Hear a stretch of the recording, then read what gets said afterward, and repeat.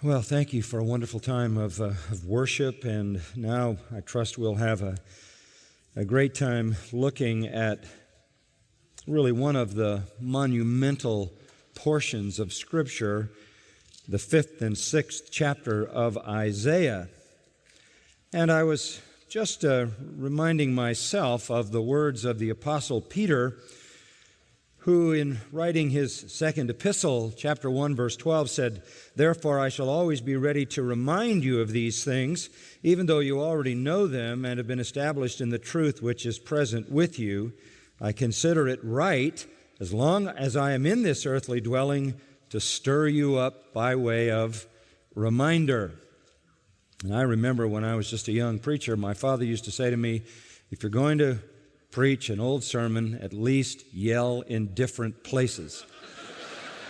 So I'll try to remember where I yelled last time and yell somewhere else. This is one of those chapters that is in some ways inexhaustible. Chapter 6 and chapter 5, its companion, is equally a treasure to us. We live in a time of chaos in our own nation, in our own world. This is clear. Not unlike the time in which Isaiah lived. Isaiah lived in a nation in a severe spiritual and moral crisis. In fact, God had already given Isaiah the message of judgment upon this nation, along with the other pre-exilic prophets who had been warning Israel that judgment was coming, and of course it came in the form of the Babylonian army destroying the city of Jerusalem and carrying away the people of Israel captive into Babylon. This was a result of their defiance against God, of their spiritual apostasy, and their moral disintegration. Isaiah was watching all of that happening around him. And the question that you might pose as you come to these chapters is this question: what is needful? What kind of person is God looking for in a time of crisis? That is what this text tells us. Let's begin with an understanding of the crisis that existed in the nation by looking at chapter 5. The language here is unique, it is beautiful, it is musical, if you will. For chapter 5 begins with a song. It is admittedly a plaintive song, it is a weeping song, it is a dirge, it is a requiem, it is a sad song. But here's how the song goes.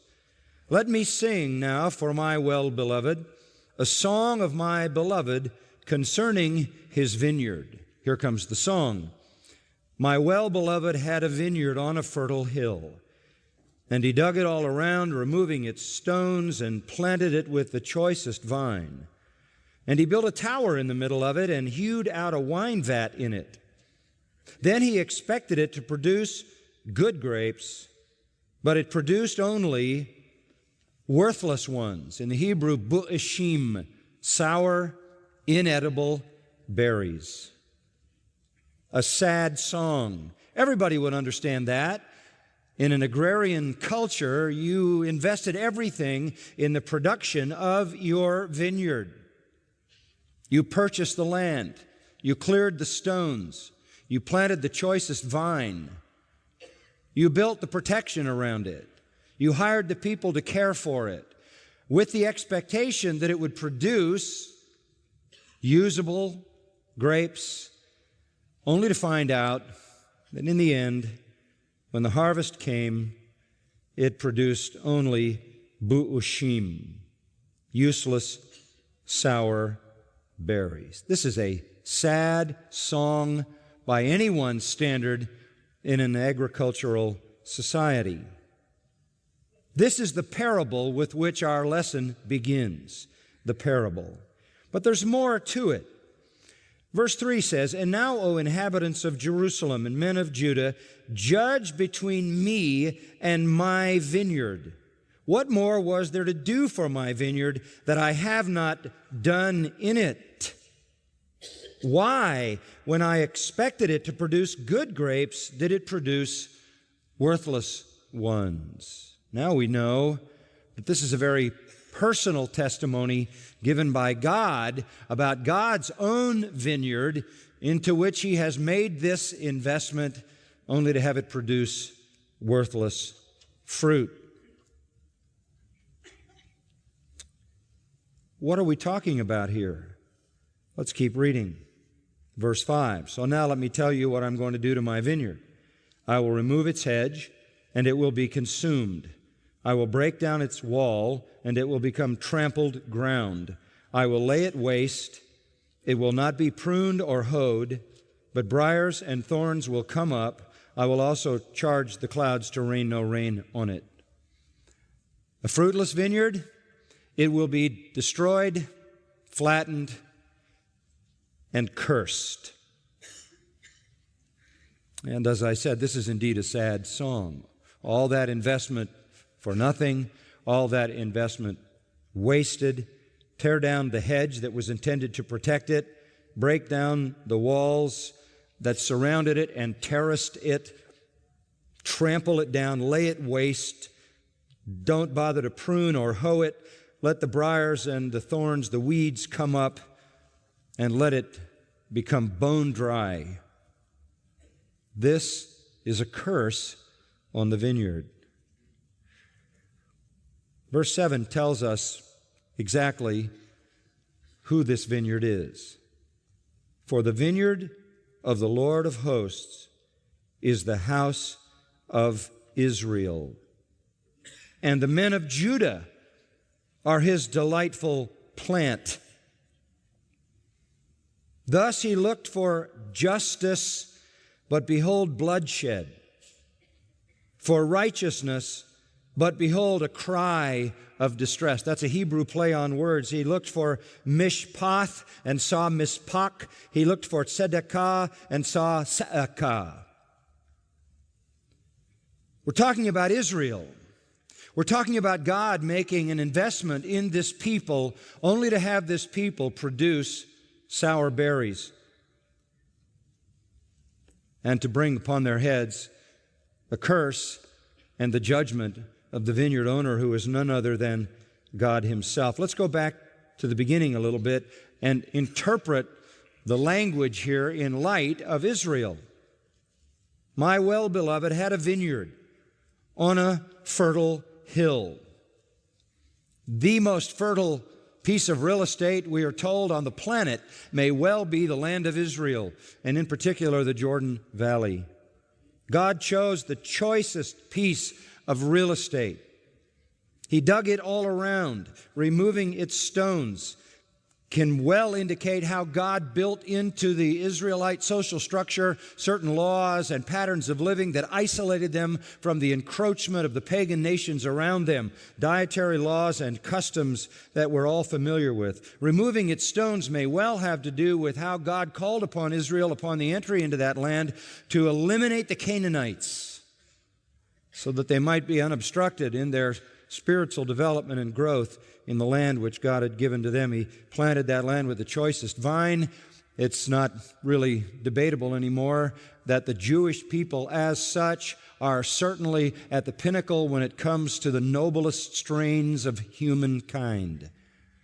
Although they be few in number, they have topped the world in so many fields. He chose a very noble genetic strain of people to plant in this best of all places. He built a tower in the middle of it, may well have to do with Jerusalem, that great parapet, that great hill upon which he built his own temple, that place of protection, if you will. The tower was built in a vineyard, not just to store the implements that were used to cultivate the vineyard, but the tower was built in order to watch for enemies, because in ancient times, if you wanted to destroy somebody, you destroyed their crop and virtually destroyed them. Digging all around it was necessary to prevent animals from coming in and destroying the crop. Removing the stones was critical in order that the roots might grow freely through the ground, and they would take the stones out and turn them into terraces, and then they would have levels of the vineyard on the sides of the hill. He hewed out a wine vat. Some scholars say that perhaps, we know they had a wine vat to crush the grapes to produce the wine. Perhaps that even speaks of the sacrificial system by which the sins of the people of God were dealt with when the blood was shed. The point is, the planting of this vine was done with such detail and such care that everything that could possibly have been done was done. There was nothing more that could have been done to ensure success. And so you expect it to produce good grapes. You expect this people, with all the privileges and blessings and protections and provisions that God had given them, to give back to God righteousness, to give back to God justice. And so the question is posed then rhetorically in verse 3, "And now, O inhabitants of Jerusalem and men of Judah, judge between me and my vineyard." And God is speaking. Judge, you make the judgment. What more was there to do for my vineyard that I have not done in it? And anybody who knew anything about vineyards would say, nothing. You can do no more than pick the best hill, no more than take out the stones, provide protection, plant the finest vine, build the tower of protection, ready the wine vat. You can do no more than that. Why then, when I expected it to produce good grapes, did it produce worthless ones? And God is forcing the reader here to exonerate him and to say, well, there's nothing more you could have done, therefore the fault does not lie with you. But nonetheless, they produced what they produced, useless berries. In fact, in the language of verse 7, bloodshed and distress. So, verse 5, God says, let me tell you what I'm going to do to my vineyard. And here is, in the imagery of this vineyard, another pronunciation of judgment on Judah, on the people of God. I'm going to remove its hedge. All of its protection I'm going to take away. It will be consumed. Break down its wall. It'll become trampled ground. Lay it waste. It won't be pruned or hoed. Briars and thorns will come up. I will charge the clouds to rain no rain on it. This is the curse of God upon His own vineyard. This is heartbreaking. This is tragic. And so I say it is an exquisite elegy. It is a plaintive, weeping, sad song. For the vineyard of the Lord is none other than the house of Israel. Judgment coming on this greatly privileged people. Privileged more than any people ever. Chosen by God. Given the best land and the best social and spiritual structures to guarantee the best spiritual products. And they produce nothing of any spiritual value and had to be cursed. Starting in verse 8, you go behind the parable and you get a much more specific perspective. For here, the Lord sets the parable aside, sets aside the vivid analogy, the imagery, and penetrates to the specific sins that destroyed this people, brought about divine judgment. These sins are identified in each case by the word woe. Verse 8, verse 11, verse 18, verse 20, verse 21, and verse 22. And with these statements, God penetrates to the specific sins, moving from the general reality that there was no righteousness and no justice, but the very opposite of that, bloodshed and a cry of distress as the land was being morally and spiritually ravaged. He goes behind that and labels the sins that were characteristic of this people.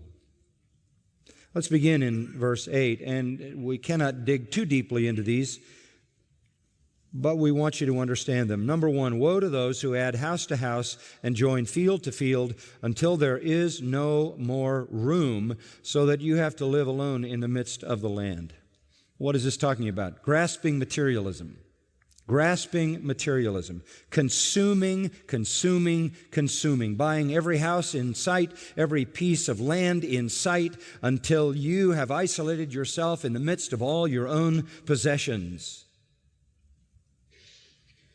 Because of this, verse 9, in my ears the Lord of hosts has sworn, surely many houses shall become desolate. God says, I'm going to come in and I'm going to empty those houses. Even great and fine ones will be without occupants. And all that land that you accumulated to become rich, I will curse and judge, so that 10 acres of vineyard will yield only 1 bath of wine. That is, you'll have 10 acres and all you're going to get is about 45 gallons. And a homer of seed will yield but an ephah of grain. That is, 48 gallons of seed will only produce about 5 gallons of grain.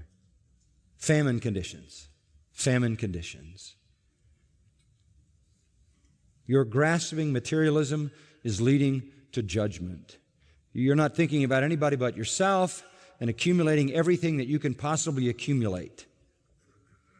The second sin is indicated by the second woe in verse 11. Woe means curse, damn, consign to judgment. It really is an exclamatory expression. Wow! It's closest, perhaps, to the English, wow. Woe to those who rise early in the morning that they may pursue strong drink, who stay up late in the evening that wine may inflame them. What is this? Drunkenness. Alcoholics start drinking in the morning and don't stop. Verse 12, their parties, banquets, are accompanied by lyre and harp, tambourine, flute, and by wine. But they do not pay attention to the deeds of the Lord, nor do they consider the work of His hands. Probably a reference to their own bodies. What is the second sin? Drunken pleasure-seeking, drunken partying, drunken dissipation, banquets, music, drunkenness, and all that goes with it. They were guilty of grasping materialism. They were guilty of drunken pleasure-seeking.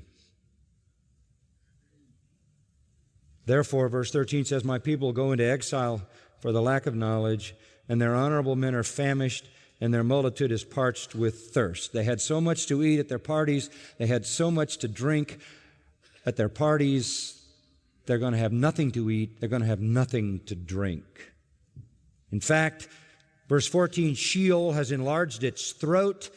The grave has enlarged its throat. Death has opened its mouth wide without measure. And the mindless merrymakers are going to be plunged into death. And Jerusalem's splendor, her multitude, her din of revelry, and the jubilant within her descend into it. The common man will be humbled, and the man of importance abased. The eyes of the proud also will be abased. But the Lord of hosts will be exalted in judgment, and the holy God will show Himself holy in righteousness. God will be vindicated.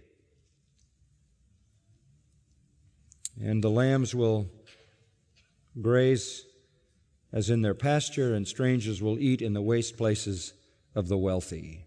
The animals, sheep mostly, will roam the empty fields, and the wealth will be looted by strangers. Judgment on their drunken, pleasure-mad approach to life. The third woe comes in verse 18. Woe to those who drag iniquity with the cords of falsehood and sin as if with cart ropes. This is very vivid language. They had carts. Carts were loaded with whatever it was that they were transporting. The cart was then hitched to an animal by cart ropes, and the animal would pull the great burden in the cart. The picture here is of those who literally are like beasts of burden dragging around a wagon load of iniquity with them. And not doing it with any reluctance or any shame, by the way, because in verse 19, who say, speaking of God, let him make speed. Let him hasten his work that we may see it. And let the purpose of the Holy One of Israel draw near and come to pass that we may know it. That is blatant mockery. You are dragging around a cartload of sin like a beast of burden, parading your sin around and shaking your fist in the face of God and saying, if you don't like it, let's see you do something about it. Let's just call this defiant sinfulness. Defiant sinfulness. It reminds me of Ernest Hemingway, who fought in revolutions, lived a lecherous, evil, immoral life, tumbling women here, there, and everywhere, shaking his fist in the face of God in defiance, who one day went into a private place, put a gun in his mouth, and blew the back of his head off. God is not mocked. Reminds me of Sinclair Lewis, who was hailed as a literary genius for his treatment of Christianity in the famous novel Elmer Gantry, in which he mocked the preacher of the gospel as a drunken, immoral, gambling fool and fraud. And Sinclair Lewis was given awards and hailed as a literary genius, and the truth is he died an alcoholic in a third-rate clinic somewhere outside of Rome in complete loneliness and isolation. To shake your fist in the face of God is a very dangerous thing to do. But that is what they were doing, dragging around their sin proudly as if they were in a parade to show it off, and then shaking their fist in the face of God in defiance and saying, if you don't like it, let's see you do something about it. The next sin is in verse 20.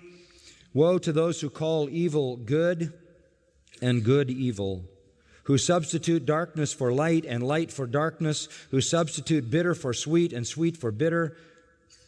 What is that? Well, we already have grasping materialism, drunken pleasure-seeking, defiant sinfulness. Here is moral perversion. Everything gets reversed. That's what happened in Israel. What was evil, they called good. What was good, they called evil. What was light, they called dark. What was dark, they called light. What was sweet, they called bitter. What was bitter, they called sweet. A complete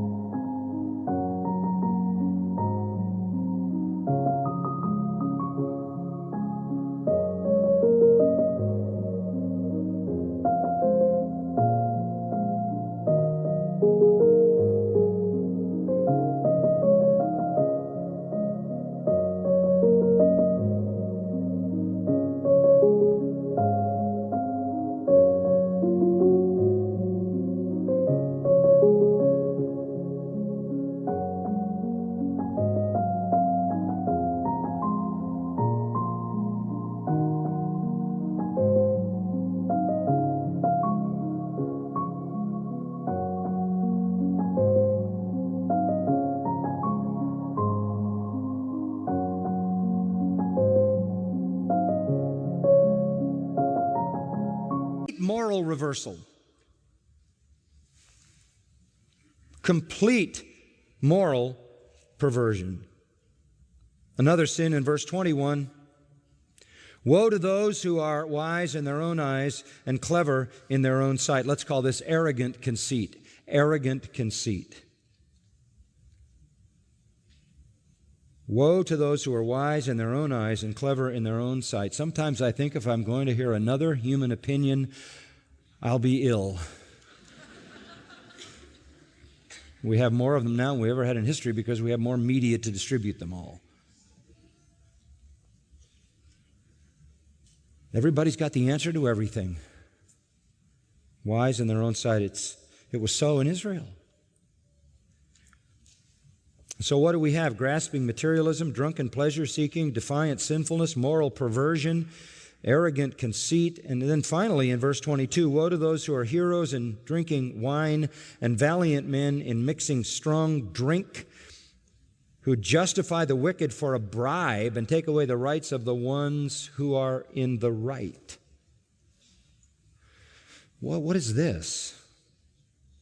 Well, you only need to know two things here. The word heroes in verse 22 and valiant men are two words in Hebrew for leader, for leaders. Your leaders are drunk. Your leaders are taking bribes.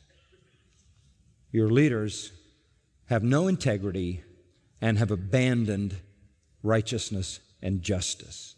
Corrupt leadership. Grasping materialism, drunken pleasure-seeking, defiant sinfulness, moral perversion, arrogant conceit, and corrupt leadership. These are the specific sins that God identifies as the reason for the destruction of Israel. Do they sound vaguely familiar? It wouldn't be a stretch, would it, to say that we live in a nation that is consumed with its grasping materialism? Has there ever been a society in the history of the world as materialistic as ours? Has there ever been a society more given over to pleasure, madness, partying, drunkenness, drugs? Has there ever been a society more defiant in its sinfulness, more quick to shake its fist in the face of God? Has there ever been a society more morally perverted, where marriage is bad and living together is noble, where a relationship between a man and a woman is only one of many options, where telling the truth doesn't matter, honesty doesn't matter, virtue doesn't matter, style matters?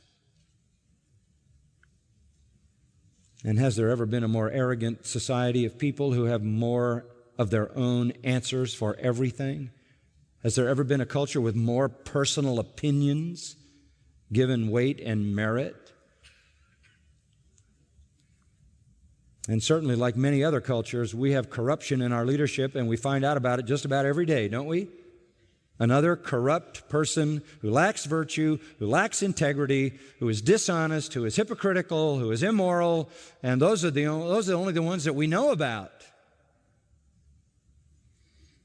And some of them are in our government, and some of them are in religion. I never pick up a newspaper without reading about the Catholic Church having to pay another $200 million for the corruption of leadership and its devastating effect on people. And it's not just the Catholic Church. It happens among those who claim to be Protestant representatives of Jesus Christ as well. And I suppose then that leads to this question, which is an obvious question. If God destroyed Israel, a covenant people, for these sins, what hope do we have that we're going to escape? Same God, same standards. And no covenant protection. And America, by the way, has no special claim on God, nor is this a land given to us by God in some covenant promise. In fact, as someone said, if God doesn't destroy America soon, He's going to have to apologize to Israel for all of the judgment that they have undergone. Well, Isaiah is given this message, but it doesn't end here. The parable comes first. Then the particulars for which the judgment comes second. And then thirdly, the punishment in verse 24. The punishment. Therefore, key word, therefore, as a tongue of fire consumes stubble, and dry grass collapses into the flame, so their root will become like rot, and their blossom blow away as dust. Boy, that's strong language. They're just going to be completely consumed like dry grass, like dry, rotted root. It's all going to disappear without a trace. Why? Here's the key. Put a little mark by this one, into verse 24. For they have rejected the law of the Lord of hosts and despised the word of the Holy One of Israel. There it is. Do that, and you bring down the judgment of God. Reject the law of the Lord of hosts, despise the word of the Holy One of Israel, and you will bring down divine judgment. Same God, and God will do what He will do consistently with His own nature. If you go back to the first chapter of Isaiah for a moment, the vision of Isaiah the son of Amos concerning Judah and Jerusalem, which he saw during the reign of Uzziah, Jotham, Ahaz, and Hezekiah, kings of Judah. The original message that came from God through Isaiah, listen, O heavens, and hear, O earth, for the Lord speaks, sons I have reared and brought up, but they have revolted against me. An ox knows its owner, and a donkey its master's manger. But Israel does not know, my people do not understand. Alas, sinful nation, people weighed down with iniquity, offspring of evildoers, sons who act corruptly. They have abandoned the Lord. They have despised the Holy One of Israel. They have turned away from Him. Where will you be stricken again as you continue in your rebellion? The whole head is sick. The whole heart is faint. From the sole of the foot even to the head, there is nothing sound in it, only bruises, welts, and raw wounds, not pressed out or bandaged nor softened with oil. Your land is desolate. Your cities are burned with fire. Your fields, strangers are devouring them in your presence. It is desolation as overthrown by strangers. And the daughter of Zion is left like a shelter in a vineyard, like a watchman's hut in a cucumber field, like a besieged city. Unless the Lord of hosts had left us a few survivors, we would be like Sodom. We would be like Gomorrah. And so the prophecy begins with the pronunciation of judgment. In chapter 5, the pronunciation of judgment comes back again, and here is the reason: they have rejected the law of the Lord of hosts and despised the word of the Holy One of Israel. That is a deadly thing for a people to do, for an individual to do, and for a people to do as well. On this account, verse 25 says, on this account, because of what he just said, the anger of the Lord has burned against His people. That's a way of saying God is furious. His face is bright red. He has stretched out His hand against them and struck them down. And here, this looks ahead to the great slaughter that will come. The mountains quaked and their corpses lay like refuse in the middle of the streets. Even for all this, His anger is not spent, but His hand is still stretched out. Even the terrible destruction of Jerusalem that came at the hands of the Babylonians and the massive slaughter that occurred didn't satisfy the anger of God. He wanted the rest of them taken into captivity where they dwelt for at least 70 years. What is going to be the agent of this judgment? Verse 26, He will lift up a standard to a distant nation and will whistle for it from the ends of the earth. Like you whistle to call someone, God will whistle and bring this distant nation. And behold, it will come with speed swiftly. No one in it is weary or stumbles, none slumbers or sleeps, nor is the belt at its waist undone, nor its sandal strap broken. Its arrows are sharp, its bows are bent. The hoofs of its horses seem like flint, and its chariot wheels like a whirlwind. Its roaring is like a lioness, and it roars like young lions. It growls as it seizes the prey and carries it off with no one to deliver it. And it shall growl over it in that day like the roaring of the sea. If one looks to the land, behold, there is darkness and distress. Even the light is darkened by its clouds. Just a horrible picture. The descriptive language of the coming of the great Babylonian hordes, who were led by God. God whistled and called them to come to the destruction of Israel. Put yourself in the place of Isaiah. This is a very, very heavy burden to bear, the burden of this message, because Isaiah loved his people. Like any other Jew, he was hopeful for the fulfillment of God's promises to Abraham and David and his promises through other prophets. This is not what Isaiah wanted to see. This message of doom was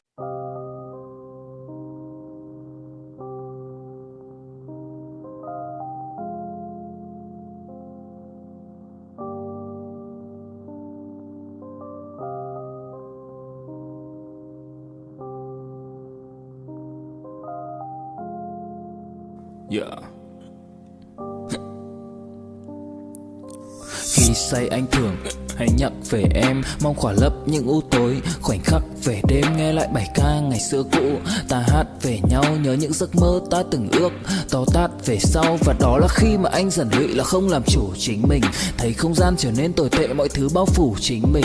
Em đâu còn như điều anh mơ, anh cũng tự nhủ chính mình. Nhưng mà thôi em, nào ai giỏi mà đủ tính tình, chẳng thể vươn tới được cảnh cao dù anh có nhã ý trèo. Trong cơn say mọi thứ cuồng quay, anh trở thành gã chí phèo.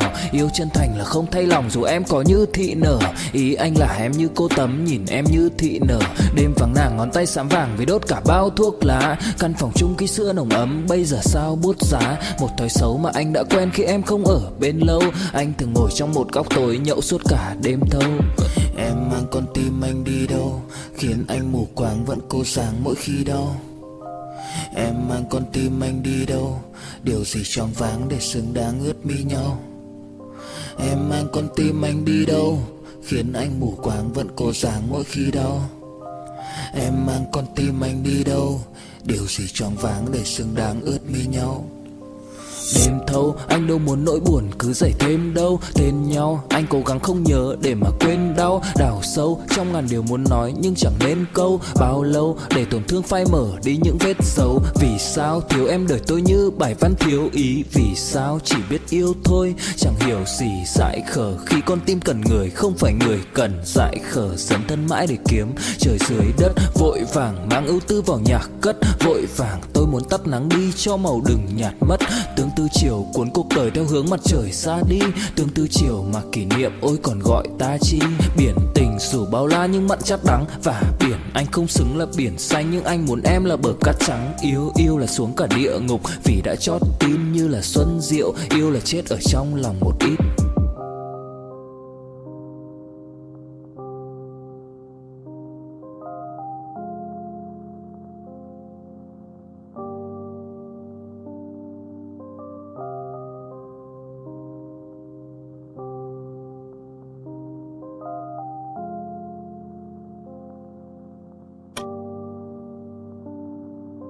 Not a happy message to give. And it seemed as if everything had gone wrong. Certainly, if Isaiah were to have written the history of Israel, he would have written into it a great revival, perhaps in the midst of this period of time, before the judgment would ever fall. A great revival under his preaching or Jeremiah's preaching. And the people would have come back to God and been restored and blessed. He wouldn't have seen it happen this way. This is horrifying. This is as if everything has gone bad. And the looming question in his mind, as it would be, I think, in my mind, is, wait a minute. Is God still in control? Or has something happened in heaven? What went wrong? What has brought this about? Is God still on his throne? Or have the purposes of God somehow been thwarted and defeated, and now God, to protect his own reputation, has to come in judgment? Is there another sovereign in the universe somewhere? Is God losing the battle to his adversary? And with that in mind, you come to chapter 6. Honestly, this chapter could take a diligent study for weeks and weeks, but it's enough for us tonight to capture the essence of it, because it's very brief, but very powerful. Verse 1. In the year of King Uzziah's death. You say, is that important? Well, it is if your name is Uzziah, or Mrs. Uzziah, or little Uzziahs. The year, by the way, was 740 BC. And you can read about this in 2 Chronicles 26. Uzziah was king 52 years in Judah. 52 years. And as long as Uzziah was on the throne, peace prevailed. It was a time of peace in the Cold War between Israel and the surrounding nations. Time of great prosperity. Society was flourishing. Economics were flourishing. People were happy. They had an appearance of religious interest. The festivals at Jerusalem were still going on. People were going through the religious motions. But all these sins were beneath the surface. But as long as Uzziah was alive, it was like God had put his hand on them and said it's okay. Kind of like having a Christian president. Maybe that is God's hand of blessing on us. And then Uzziah died. And you know how he died? He got proud. He became so proud that he thought he could step into the role of a priest, and God killed him.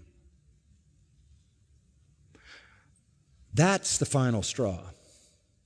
Now, the symbol of blessing, Uzziah, 52 years. Everybody was very used to him, very comfortable with him. He was like assurance that God was still feeling good about the nation. And then God killed him. And the question then must loom, what is going on? And so Isaiah goes to the temple in the picture here. And I think it was the right place to go. The message was just overwhelming. And he went to the temple to check in with God. What's happening? And it says, in the year of King Uzziah's death, I saw the Lord sitting on a throne, lofty and exalted, with the train of his robe filling the temple. Wow. That's so important. God gave Isaiah a vision, a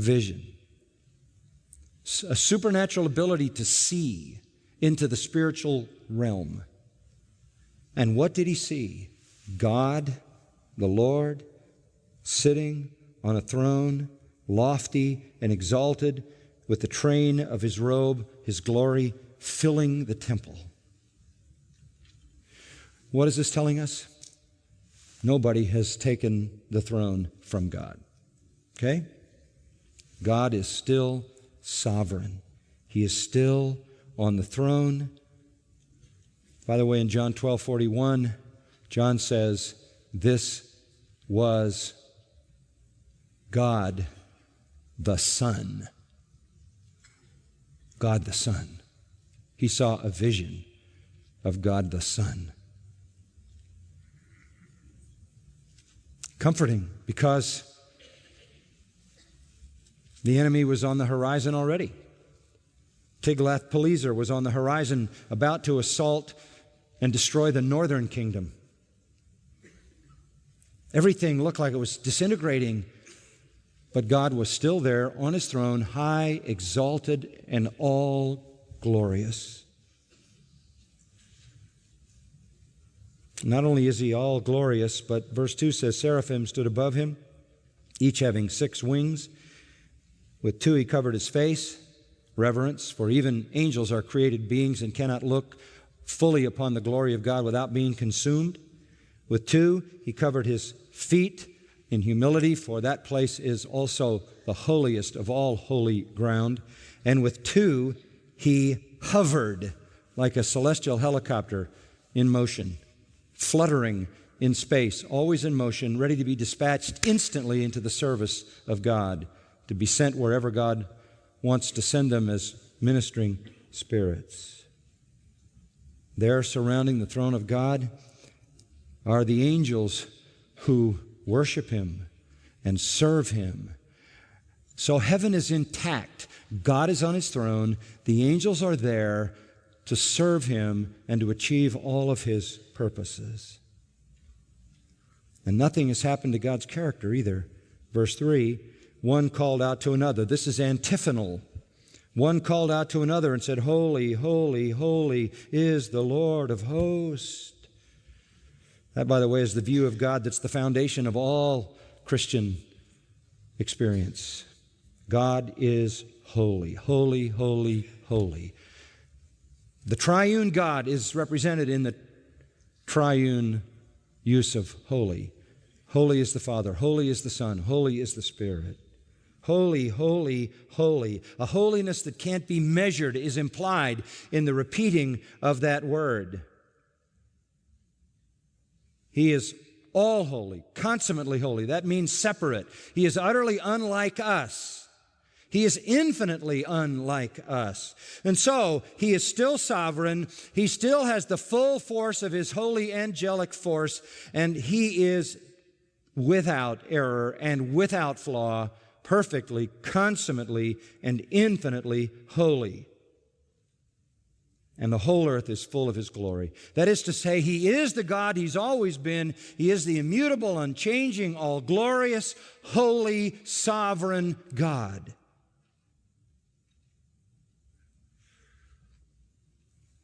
His holiness is too vast to be measured, but it must be acknowledged.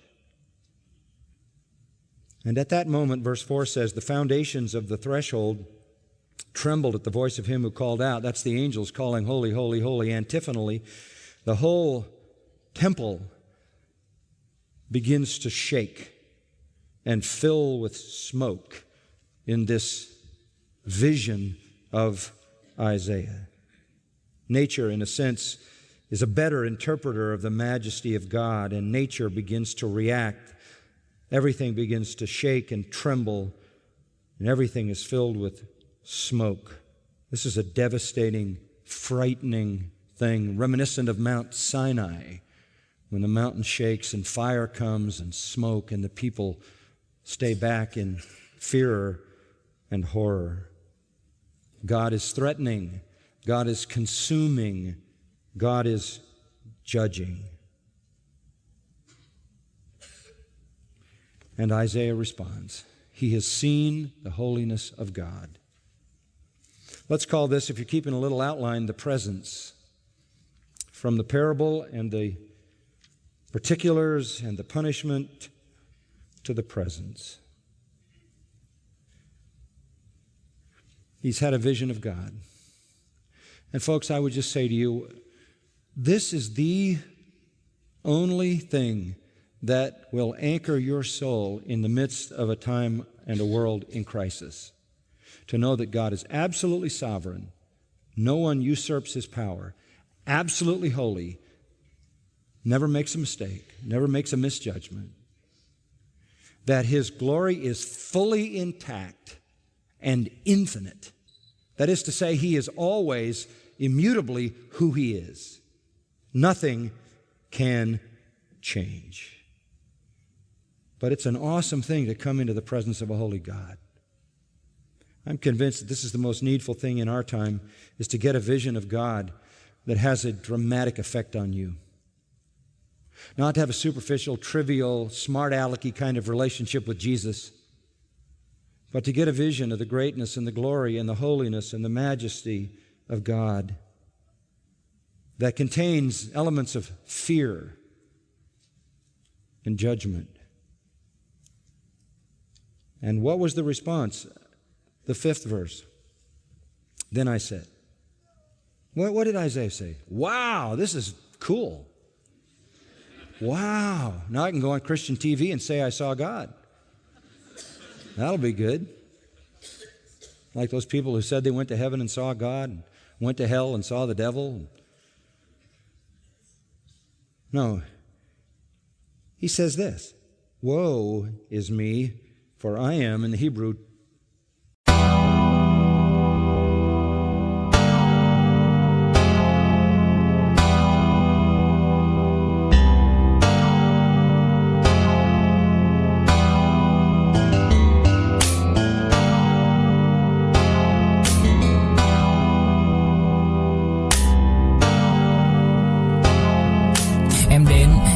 cách em đi qua cái khoảng lãng mạn như thi ca khiến anh chẳng nhớ được gì cả, chỉ chút vội vã anh ghi và em. Anh không biết được là đôi mình còn gần bên nhau bao lâu nữa. Nhiều lúc anh nghĩ hay thôi mình có lẽ là đừng yêu nhau nữa, vì cãi vã nhiều quá anh mệt lắm, chia tay nhiều quá anh mệt lắm. Tất cả ở em đều mệt lòng, nhưng rồi thời gian cũng hết năm. Em thì vẫn ở đó, vẫn nắm chặt tay, vẫn kể môi sát môi. Anh thì vẫn như vậy, vẫn nghệ sĩ nghèo chỉ có lời hát thôi. Em à, người ta mất nhau trong 2 tuần và ta xa nhau cũng 2 lần. Anh không có phải thằng khờ, cũng biết trái tim đâu đó đã phai dần. Phải cần một sự liều lĩnh để thấy mình còn luyến thương nữa không. Mình sống với nhau như vợ chồng, những tình thế này thì chưa giống. Bài nhạc anh viết vẫn chưa xong, liệu rằng ngày đó có đến trước. Dành khi người mới còn chưa mong, như anh từng là người đến trước. Khi đắng, khi ngọt, hạnh phúc song hành như chén thuốc em à.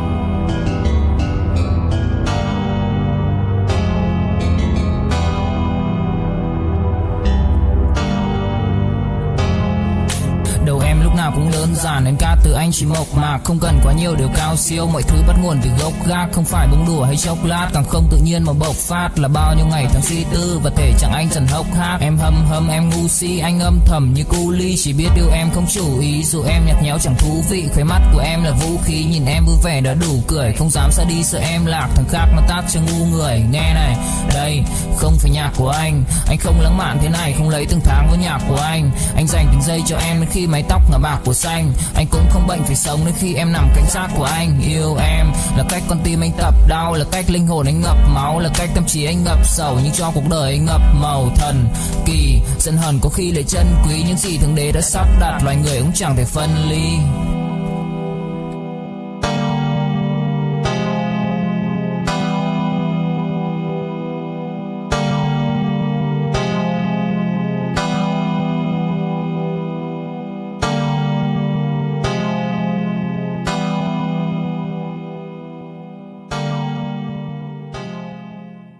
Falling apart, disintegrating.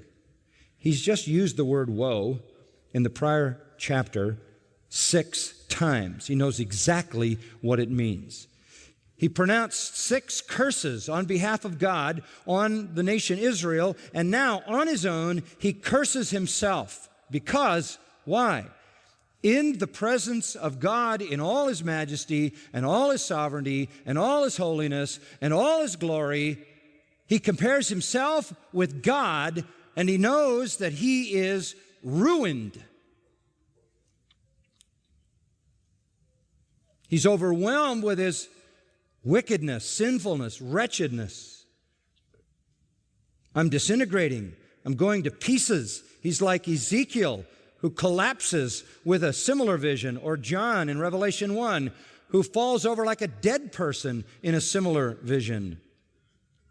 Or Peter, James, and John on the Mount of Transfiguration, who in seeing the glorified Christ go into a coma. This is the trauma of holiness. It's devastating.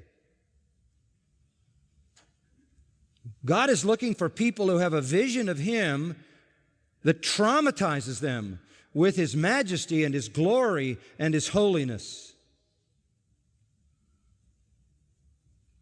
He says, woe is me, I'm disintegrating. Why? I'm a man of unclean lips. Really? Why does he say that? Because out of the abundance of the heart, the mouth what? Speaks. That's where your sin is most likely to manifest itself most readily, most easily, most publicly. I have a dirty mouth, he says. And somebody's going to say, whoa, you got a bad self-image, man. You need to get some counseling here.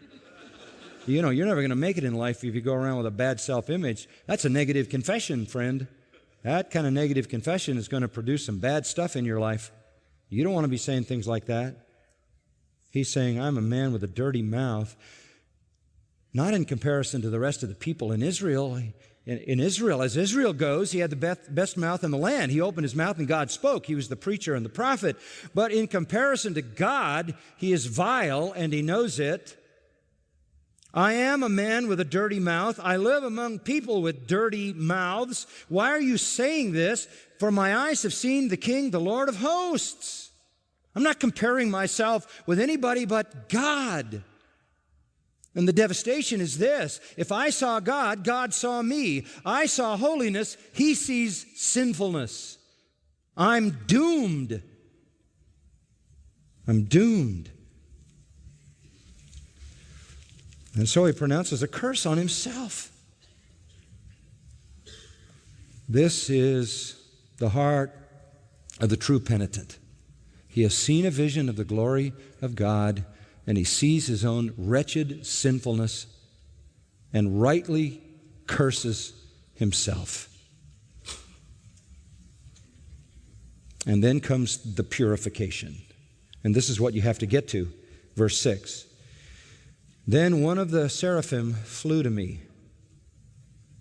with a burning coal in his hand, which he'd taken from the altar with tongs, and he touched my mouth with it. Whoa! You've taken your tongs, reaching in the barbecue, taking out a live coal, putting it in somebody's mouth? What is that? That's the agonizing, painful reality of genuine repentance. Genuine repentance. Genuine repentance. Genuine purging, cleansing is a painful experience, but a glorious one. Behold, says the angel, this has touched your lips, and your iniquity is taken away, and your sin is forgiven. What kind of person is God looking for in a world of crisis, in a nation of crisis, in a time of crisis? A person who has a vision of his glory and majesty and holiness. The person who is very aware of his own wretched sinfulness, a person who is penitent and broken over that sinfulness, and a person who is then touched by the cleansing power of God and forgiven. That coal touching his lips is a picture of atonement, burning away iniquity, purifying, cleansing. I don't think God's looking for the smartest people, the most brilliant, the most influential, the most educated, the most powerful, the richest. I think he's looking in a time of crisis for the people who are penitent and who are purged. That's salvation. And who have a true understanding of his glory and his holiness and his work. And that's borne out in the final section. In verse 8, we'll call it the proclamation. I heard the voice of the Lord saying, whom shall I send and who will go for us? Well, whom shall I send to this people now? Whom shall I send? Who will go for us? Trinitarian talk. Who will go for us? And then I said, here am I, send me. I remember as a kid hearing somebody preach, and they preached it kind of like this, and Isaiah said, here am I, send me. I don't think so. I really don't think so. I think if it were me at this particular point, having had this terrifying, traumatic experience of the power and majesty of God, penitence, brokenness, cleansing, forgiveness, knowing my own wretchedness, having pronounced a curse upon myself for what I am and compared to who he is. Isaiah must have dropped his head, and when he heard, "Whom shall I send and who will go for us?" looked around in his vision. I'm the only one here. There isn't anybody else. You could send me.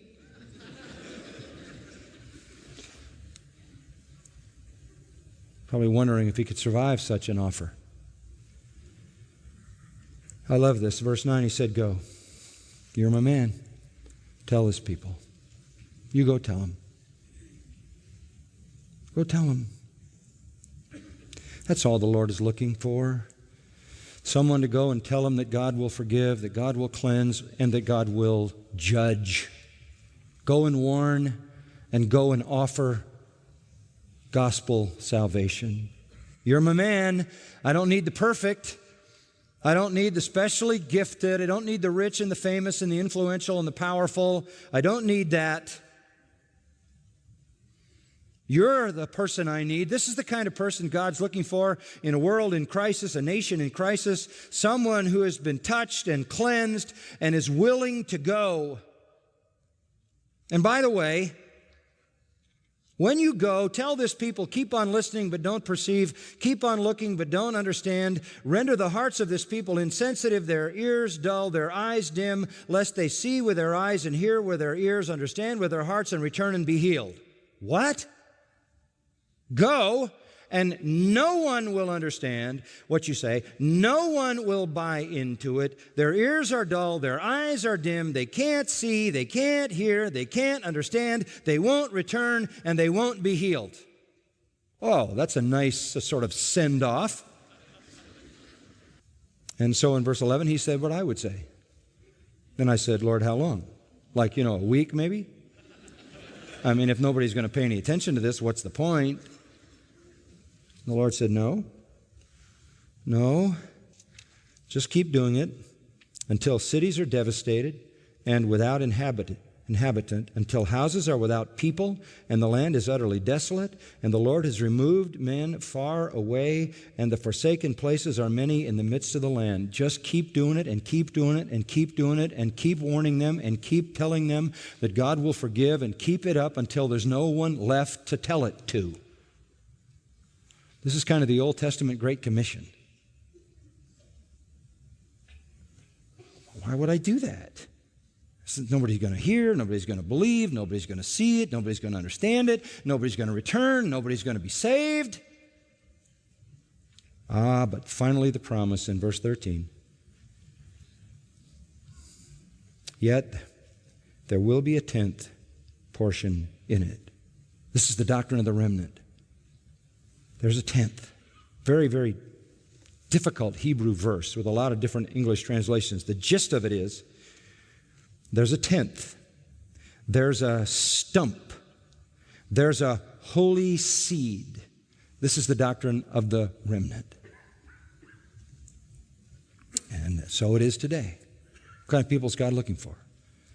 Those who are broken over their own sin, those who are humble, those who are cleansed, and you go and you preach and you warn and you call them to the salvation that God offers, and you do it, and they don't listen, and they don't listen, and they don't listen, but God has His chosen remnant. God has His holy seed. The 10th. They're there. And the promise is, He will, by your faithfulness, bring them in. This fits so perfectly for us, living in a world in crisis, asking the question, how do we reach this world? What kind of people is God looking for? Broken. Those who have a vision of Him as high and lifted up and sovereign and holy and all glorious. Those who are lost in wonder, love, and praise. Those who are raptured by His majesty and His glory. Those who know that the vast majority will never hear and never listen, but that God has His people and are humbly willing to go, even though they know they're unworthy of such a calling. That's us. And God will gather in His own people.